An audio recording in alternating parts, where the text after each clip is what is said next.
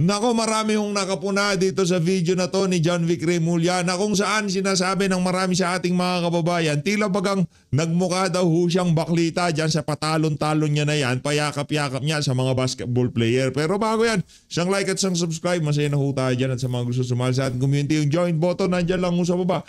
Ayun na nga mga kababayan, sa totoo lang gusto ko na hong i-chat etong si Sir Jack para tanungin kung ano ba ang kanyang mga punto de vista dito sa payakap-yakap na to nitong si John Vic Remulla. Di na ho para sa atin pa magsabi kung ano ang sa tingin natin ng baklita ba to o talagang tunay na lalaki itong si John Vic Remulla. Panoorin nyo na lang ho itong video.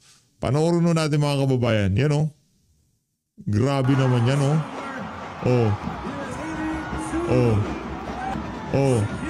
Grabe naman yan. Iba eh. Kulang na lang halikan niya eh. Yan free kiss, free hug. Free hug kay bakla. Yan daming problema ng Pilipinas. Anak ng towa, anong pinagkakabalan nito si John Vic Remulla? Ayan, didiri na yung isa. Anak ng towa, kahit pawis na pawis ako, ramdam ko eh. Ramdam mo niya, grabe naman, higpit ng yakap ni John Vic. Talaga naman, grabe, meron pang pakending-kending si John Vic eh. Huwag mong idikit mo, Rad. Dinidikit mo eh. Huwag mong idikit. Alaki siguro ng pusta ni John Vic dito, kaya tuwang-tuwa siya. Ay na nga mga kababayan, rekta na ho tayo dito sa interview ng SMNI dito kay Norberto Gonzales. Ito, pinapakinggan din ho natin mga punto de vista na to. Sabay reakan na rin ho natin. Game! Bigyan natin ng pagkakataon ang mga nasa serbisyo na pagkakataon na talagang gumawa ng kanilang sariling desisyon. Total, sabi ko nga kanina, nakikita naman nila kung ano talaga nangyayari.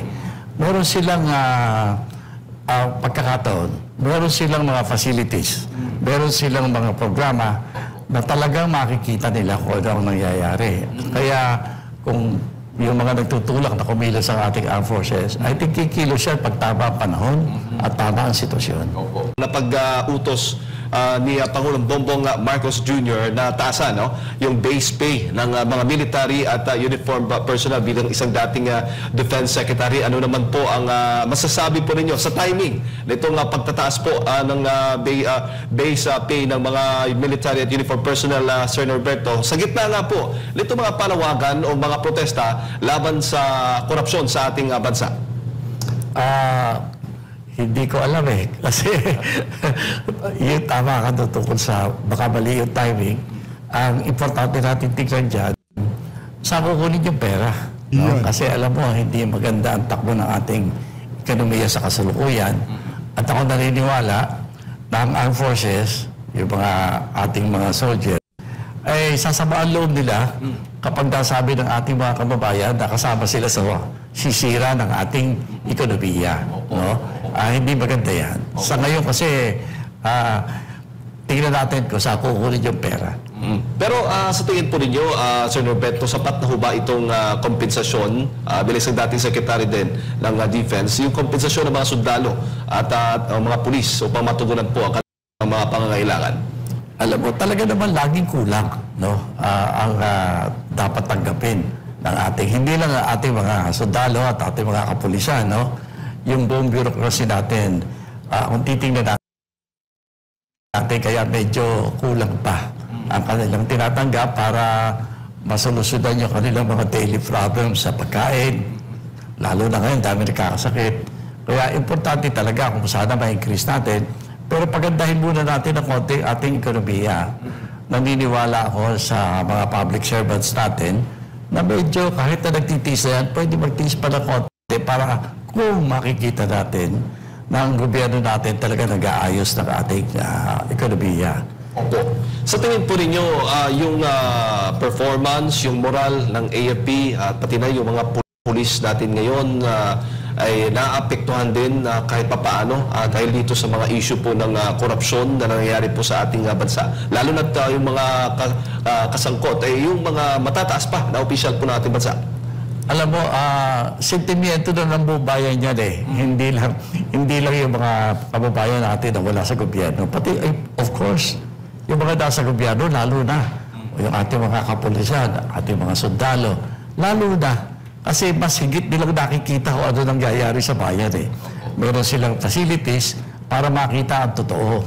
At kung makikita mo talaga naman, nakakawalan ng gana eh, di ba? Opo. Pero nung kayo pa naging Defense Secretary, Ginoong Norberto, meron ba talagang pagkakataon, at least man lang, yung ating mga uniform personnel na makapagpalabas ng kanilang mga saloobin? Kung meron man, lalo na't nakikita po nila ngayon, ang ating mga kababayan ay walang tigil po yung mga kilos protest na ginagawa para lang po talaga mapanagot yung mga may sala sa issue po ng korupsyon. Hindi natitigil yung usap-usapan nila sa kanila, sa sarili nila. No? I mean, yung within their usap-usap yan. No? Tinitingnan nila kung ano talaga ang nangyayari. At kung minsan, dahil sa utos ng mga nakakataas, pinipigilan ba na ipalabas yung mga damdamin nila? Well, bahagi ng kanilang disiplina yan. Pero yung pakiramdam nila sa nangyayari sa kaguluhan dito sa atin, paghihirap ng ating mga kababayan, karamihan sa mga sundalo natin at pulis may hirap din yung mga pamilya nila Kitang-kita nila kung ano nangyayari sa bayan natin ngayon. Opo. Yung makikita natin ngayon, yung mga retired generals at iba pang mga dating mga kasundaluhan ang maingay sa pagpapahayag ng kanilang mga saloobin laban po sa issue ng korupsyon sa ating bansa, Secretary. Oo nga kaya nagkakabigay sila ng pagtatalo. Kaya ako naman, nakikiusap sana ako doon sa mga retired.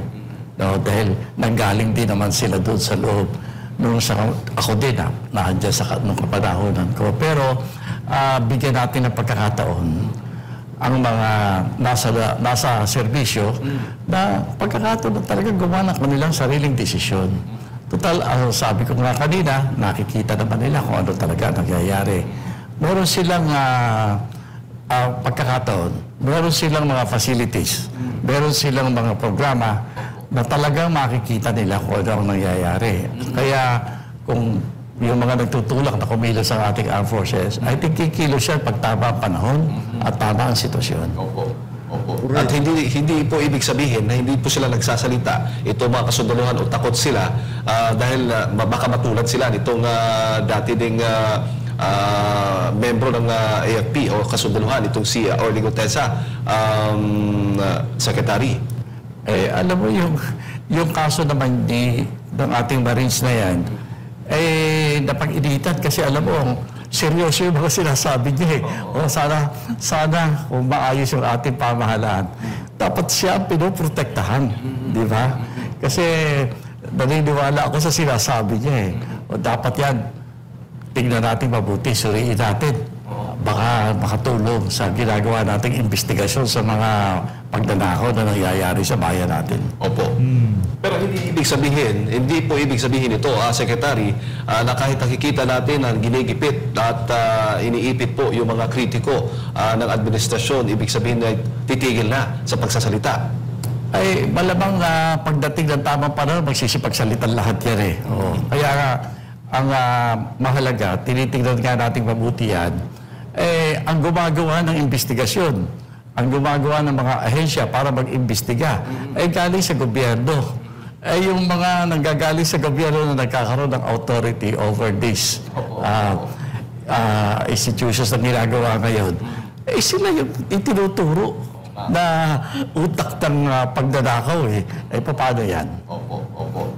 Kung merong utos ang Pangulong Bongbong Marcos Jr. na taasan po yung base pay po ng military at uniform personnel, dito naman po sa Kamara, sinuspindi po itong si Congressman Kiko Barzaga dahil daw sa disorderly behavior, dahil doon sa mga post po niya laban po dito sa dati speaker ng Kamara at maging sa Pangulong Bongbong Marcos Jr. At pati yung wala na rin sweldo to suspendido din, kasama po yan doon sa kanyang mga sanction na ipinataw po sa kanya ng Kamara. Ano naman po masasabi po ninyo, Secretary?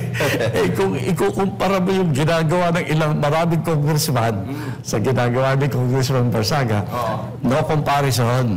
Kaya ka nakakapagtaka, bakit? Sana ang gawin nila, tulungan nila yung ating batang congressman kasi ang galing niyang magsalita, galing niyang maghatid ng mensahe sa ating mga kababayan. Tulungan nila, igawa nila ng magaling na staff para bigyan mo siya ng research team. Kaya naman ng kongreso yan. Para yung sasabihin niya, ay hindi nila masasabing mali. No?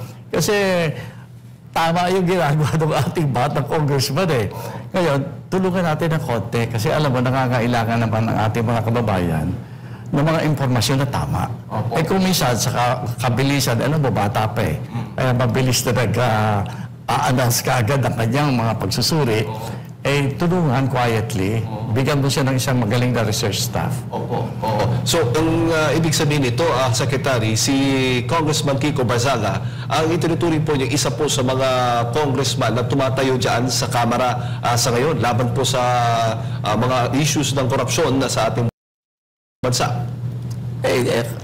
Naging ganyan si Congressman kasi dapat ang Kongreso as an institution ay dapat pagsimula silang sundan yung the spirit of what our young congressman is doing. Tingnan mabuti, unawain nila at sundan nila yan. Opo, at ang problema, yung nagmamyaw laban po sa issue ng korupsyon, yun pa ang ginikipit. Pero yung mga sangkot po sa korupsyon, mga pangalan na nababanggit po ni dating Congressman Zaldico at marami pang mga resource person ay hindi po daw. Tulad po ni dating Speaker Martin Romualdez at Congressman Sandro Marcos. Dapat bang sila ang isuspende din na katulad ng ginawa po kay Congressman Kiko Barzaga para po sa inyo? Yan ang hihilingin ng taong bayan ngayon. Ang kanilang napili yatang strategy of silence. No? Walang kikibo. Lahat ng kikibo, babawalan. No? Ay, ang hinihintay ng taong bayan natin huwag silang kumibo. At kung kinakailangan, kung sususpendihin nila yung ating batang congressman, dapat suspendihin nila yung buong institusyon nila.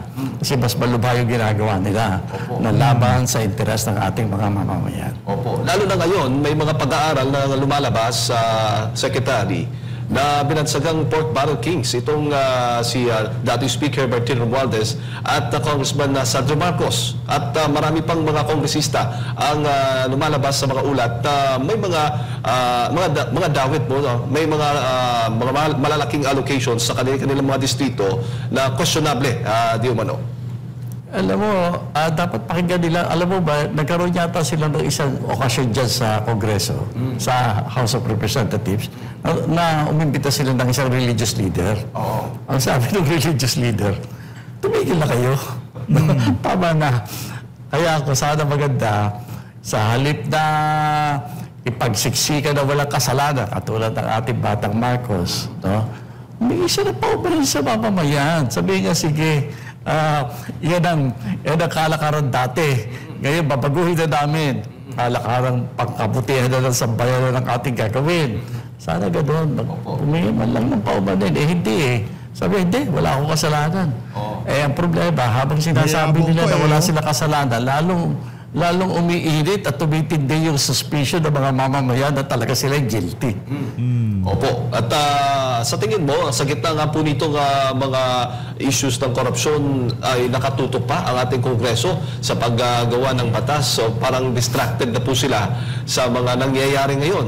Hindi na masyadong nakatutok doon sa mga dapat gawing batas para sa pangangailangan ng ating mga kababayan dahil mismo sila ay di umano yung mga sangkot din po dito sa issue ng korupsyon. Alam mo, maganda sana itong panahon na ito Itong panahon na tinitignan natin kung ano yung mga policy, ano mga batas ang gawin natin para ayusin na natin ang ating kinabukasan. Kasi napaso na tayo ng todo Kita-kita mo naman yung simpatiya na ngayon ng mamamayan sa pagbabago. Ngayon, meron na tayong sentiment na ganyan. Dapat very active na ang pagbabagong buhay ng ating mga namumuno. At simulan lang ang diskusyonin kung ano mga dapat natin gawin para panibagong buhay tayo dito sa Pilipinas. Opo, at bago ko lang ipasa kay Partner Admar, Secretary, may mga nananawagan na dapat i-abolish na itong Kongreso, Senado at ang House of Representatives dahil nga halos lahat ay dawit di umano sa korupsyon.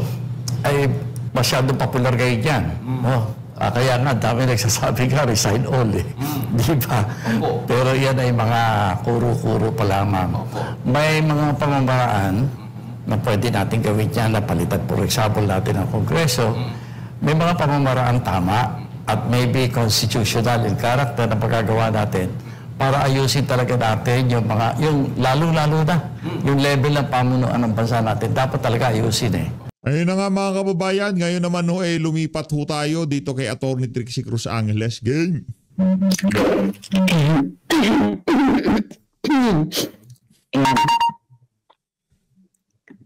Magandang gabi sa inyong lahat. Ako po si Trixie Cruz Angeles, ito ang Anonymous.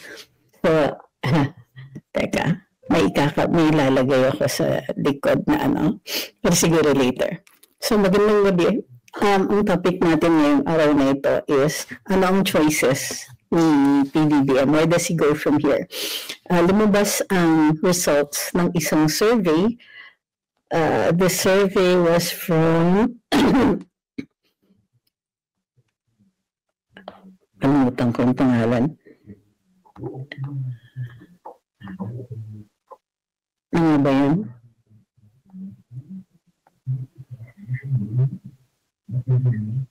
Ang dami ko kasing post eh. Ayan, the survey is from WR Numero, Philippine Public Opinion Monitor. Ang clue is one of the affiliates, I think they're affiliated or associated with ABS-CBN. Now, bago kayo mag-freak out kasi ABS-CBN, sasabihin nyo naman sa akin, di credible, etc., etc. We looked at the survey company and okay naman ang kanilang methodology. So, at any rate, whether you trust this survey company or not, the numbers are, the math is mathing. So, ano yung mga medyo, good reason for us to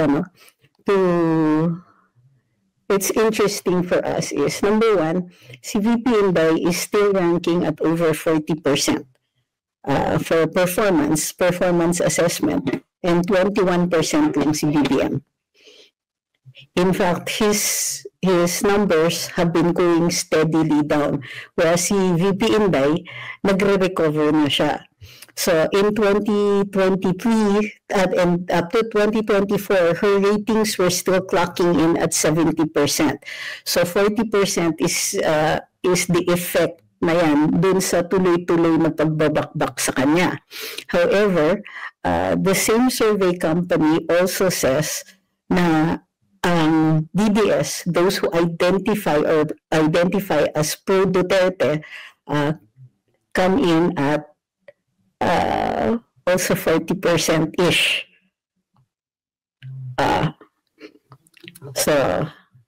And the other bit of good news is that in Metro Manila, VP Inday is number one possible presidential candidate for 2028. VP Inday leads in Metro Manila. Now, ito yung sinasabi ko sa inyo kahit noon pa, yung mga, even in Balance Luzon, she's clocking in at 20%, even if Raffy Tulfo is close behind at 19%. In Metro Manila, it's Sara Duterte, 23%, Lenny Robredo at 15%, Raffy Tulfo at 12%, and then Robin Padilla at 4%. So, in Balance Luzon, it's Sara Duterte at 20%, Raffy Tulfo at 19%, Lenny Robredo at 18%, and Bongo at 4%. So, sa Visayas, predictable. VP Inday clocks in at 43%. Unsure is at 23%. So sa Metro Manila, yung unsure malaki, 28%. Sa Balance Luzon, ang unsure is 25%. Sa Visayas, ang unsure is 23%. So more or less, nasa 20s yung mga not sure. Bakit importante yung numbers dito sa not sure? Because that is our target group. Yan po ang ita-target natin for conversion. These are the people we need to convince to vote for VP Inday so it's going so that she will win by a as they said in the old era joke, by a landscape. In Mindanao, of course, VP Inday is at 58%. Unsure is at 13%, Lenny Robredo at 8%, Bongo at 5%, Rafi Tulfo at 5%. Okay? So, now, remember what we have been saying in the past years. Number one, when we're talking about elections, when we're talking about campaigns, it isn't about bardagulan. It's about who you can convince. Now, bakit natalo yung mga dilaw? Bakit ilang years in a row, they are almost, kumbaga, irrelevant na? Kasi ang method of campaigning nila is simple. Bardagulan. They think na by insult, tingnan mo, sila yung parating nagpo-post ng DDS-HIT. Ulit-ulit silang nagsasabi ng ganon. Tapos, they call you Bobo. They call all of us Bobo. Yan naman yung mga degree ko sa kanila. So, Bobo. They'll say, ang DDS kasi Bobo. So, what happened in 2022? They lost. They lost in a grand scale. They lost to the point of almost irrelevance. Isa lang ang nakasurvive sa kanilang Senate slate, that was Lisa Hontiveros. O, diba? The midterm elections this year weren't a very good assessment of yung strength natin because it is widely believed that there was some kind of foreign intervention. So that may nakalusot na 2 candidates. Nevertheless, it has proven our point constantly. And talagang, time and time again, constant yan. If we vote, if you take the pro-Duterte vote and we hang together, that is almost a sure guarantee that our candidate wins. Okay? Simple lang yan. Ano ang pwedeng, ano yung mga tulog natin? What do we have to not do? Ano yung winawarning na dapat hindi natin gagawin? Number 1 is believing that pwedeng i-cheat lang si VP Inday. That's not true. Because in 2025, hawak na nga. Hawak na nga. Turwin na. Okay? Hawak na nga. Supposedly, yung COMELEC. Pero may mga ipanalo pa rin natin yung mga kandidato natin. Sure win na si VP dyan, Okay. for sure. So, in 2016, hawak ng linang administration party ang COMELEC. But how did, that's not morning glory, dear. Wala. That's like, alam mo, ang hirap talaga pagka nag-i-interrupt kayo ng ganun because nawawala yung momentum. So, kailangan kong i-defend sarili ko, di ba, pagka ganun. So, anyway, back to the So, what do you have to stop doing? You stop doing saying things like, ang problema, hawak nila COMELEC. Ang problema, ang dami nilang pera. Ang problema, bendalo sila. Kahit magbendalo sila, anong nangyayari? Do you remember, meron mga nagsasabi sa akin, ang problema, i-impeach siya. What happened during impeachment last year? The Supreme Court intervened. And not only did it intervene, it set a new precedent. Ang sabi, kahit 1/3 vote will allow the case to go to the Senate for trial, you still have to obey due process. Kailangan, hindi man lang daw tinanong yung mga congressman kung ano yung pinipirmahan nila. Hindi man lang diniscuss kung ano yung charges against the Vice President. Wala man lang ebidensya na iprinisinta. So, that means that it's not going to be the same. Ibig sabihin, kahit mag-file ng impeachment case, this time, hindi na nila maaaring i-railroad. Okay? Hindi na ho nila kayang gawin yung ginawa nila dati, yung pinangakuan ng kung ano-ano yung mga congressman na pumirma. 'Di ba? Yung kasing yun ang pinang-ano nila, kumbaga hikayat nila doon sa mga congressman na pipirma sa impeachment, yung di umanong for later release yung mga proyekto sa kani-kanilang distrito. Ayun. Meron ng for later release, merong mga insertion, napakarami ho talagang kabalbalan na nangyari dahil dyan sa impeachment na yan. Sa totoo lang ho mga kababayan, malamang sa malamang kalahati sa problemang kinaharap ngayon itong si Marcos Jr. dahil yan sa impeachment nitong si Vice President Sara Duterte.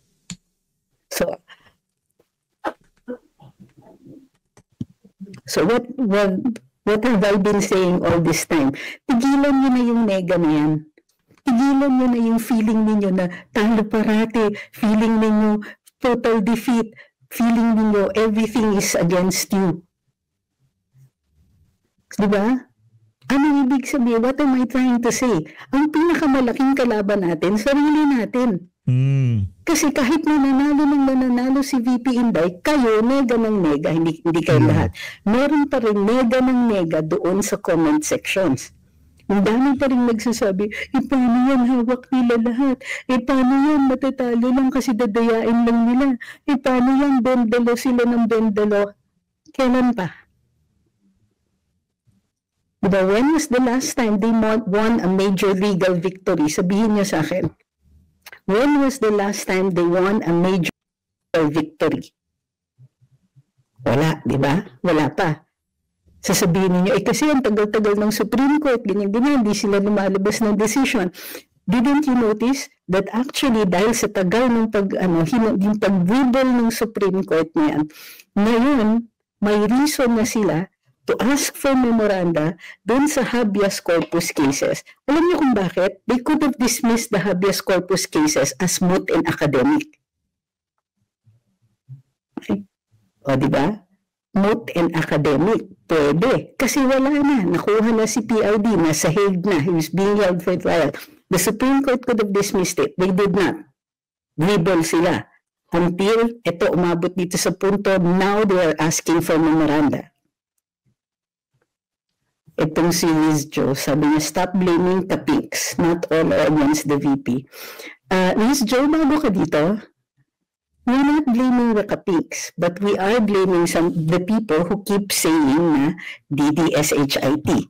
The people who keep insulting us. The people like some of these who are on TikTok, not all, ang babait ng ibang mga nasa TikTok, who just come in, they don't want to argue, they don't want to discuss. Walang discourse, walang kahit ano.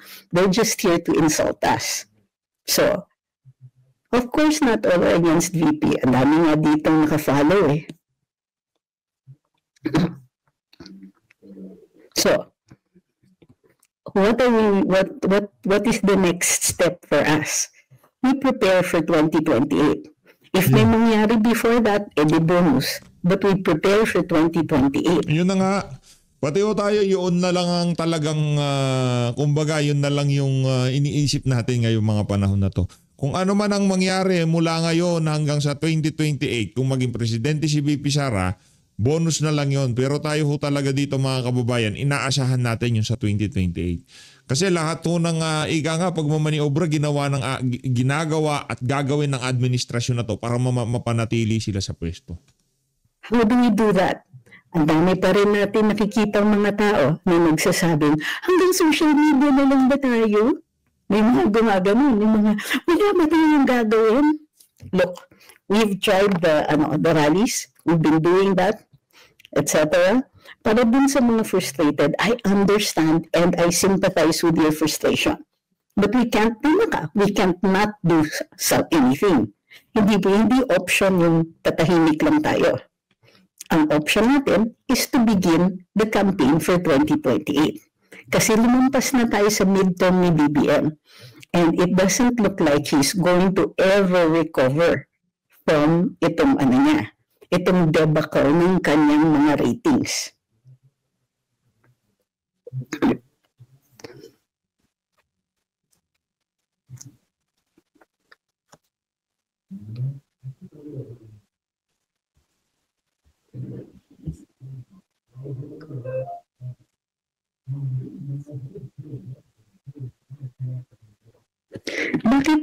Tapos, ito pa, yung isa pang parati, there's some people na because all they have is a hammer, all of their problems look like a nail. For many people, you think that the only solution to our problems are court cases. Okay? Not all solutions to our problems are legal solutions. Sometimes the solutions are political. What are political solutions? Impeachment, elections, rallies. So, ikaw ang iniisip mo, impeach. But if you will calculate the odds, titignan muna natin kung ano yung timing dyan, ano yung kaso na ifa-file ninyo. Kasi you can't say, you want to impeach him. You have to have a specific reason, a case to be filed. You don't decide to impeach somebody when you don't have a case. Diba? Kailangan may case muna. You don't decide na impeach. You decide to impeach because you have a viable case.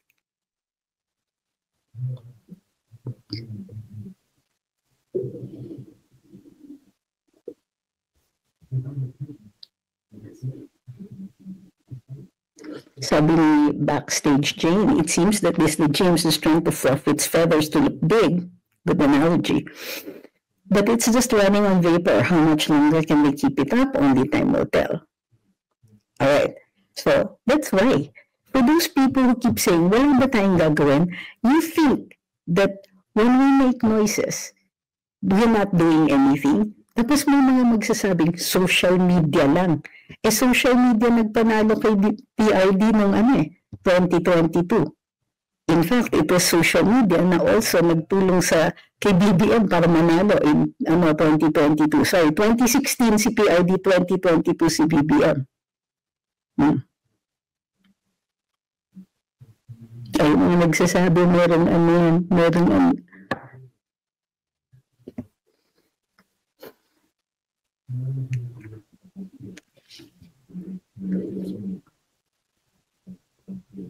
So, we need to start getting the comms together. Diba? So, part of the comms is don't give in to your nega. Kasi, may nilalaban na kandidato, tapos sasabihin ninyo, you'll never make it. Diba? Alam mo yun, yung who's that guy? You'll never make it si Badlak Schleprock or whatever his name is. Parating, we'll never make it. Paano ka mananalo kung kayo mismo ang nagninega? Wala pang room. We don't have the luxury. That's self-indulgent. You want to discuss yung mga problems that you think are insurmountable. Sa totoo lang, tingnan niyo si VP Inday. She has been making strides. She has been winning. Not just the cases, but issue after issue after issue. Nananalo si VP. Pero kayo ang makikita kong mga comments, ang problema.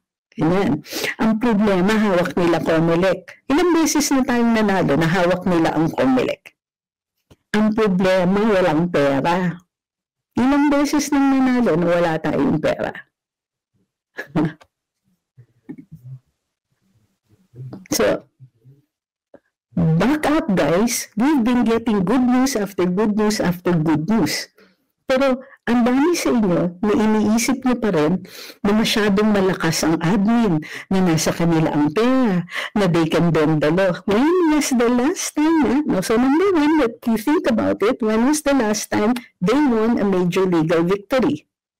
Wala. Diba? Number two, look at the comms of the administration. All they can do is come to our comment section and insult us, insult the VP, insult the Dutertes, but they have nothing. So kaya in the past few days, hindi ko pinagbibigyan yung mga nagsasabing, oh, bakit ganun? Discuss niyo yung overpriced equipment ni VP. Inintay ko yung sagot. Kasi wala yon doon sa COA website. Yung mga sinasabing nag-overprice daw ang OVP. O nasa na kayo ngayon? Yung mga nagtatanong ng overpriced na yan. Running. A lot of people were demanding explanations from me and trolling me and saying bakit may overpriced equipment daw na na-procure ang ng OVP. As it turns out, OVP did not procure them. Those were donated. Ang correct lang ng COA in their report is for the real value of the donated property to be reflected. In other words, merong dinonate na laptop, nilagay ng donor na yung value ng laptop or computer was 300,000 pesos.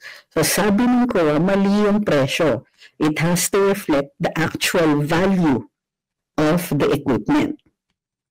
Okay? Many of you went to me asking for an explanation, pero hindi nila sinabi kung ano yung source nun. So, ano yung source? Sino yung naglabas ng mga yun? Actually, these were trolls. Trolls were saying na meron ganun. But what happened was they just read a portion of the COA report, but they did not look at the conclusion. Okay.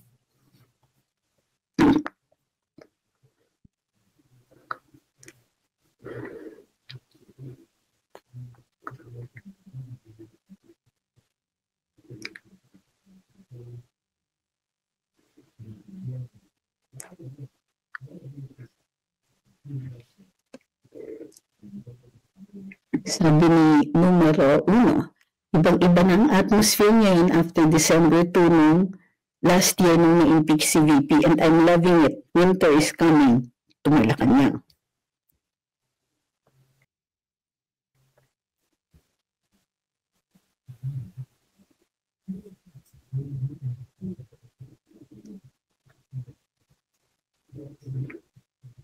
Sabi ni Kung gusto nyo panoorin yung video na yan, Atty. Trixie Cruz Angeles, punta lang ho kayo sa kanyang YT channel. So Luis, maraming salamat po sa pag-support sa page update. Mag-ingat ho kayong lahat. Nad ng Pilipinas.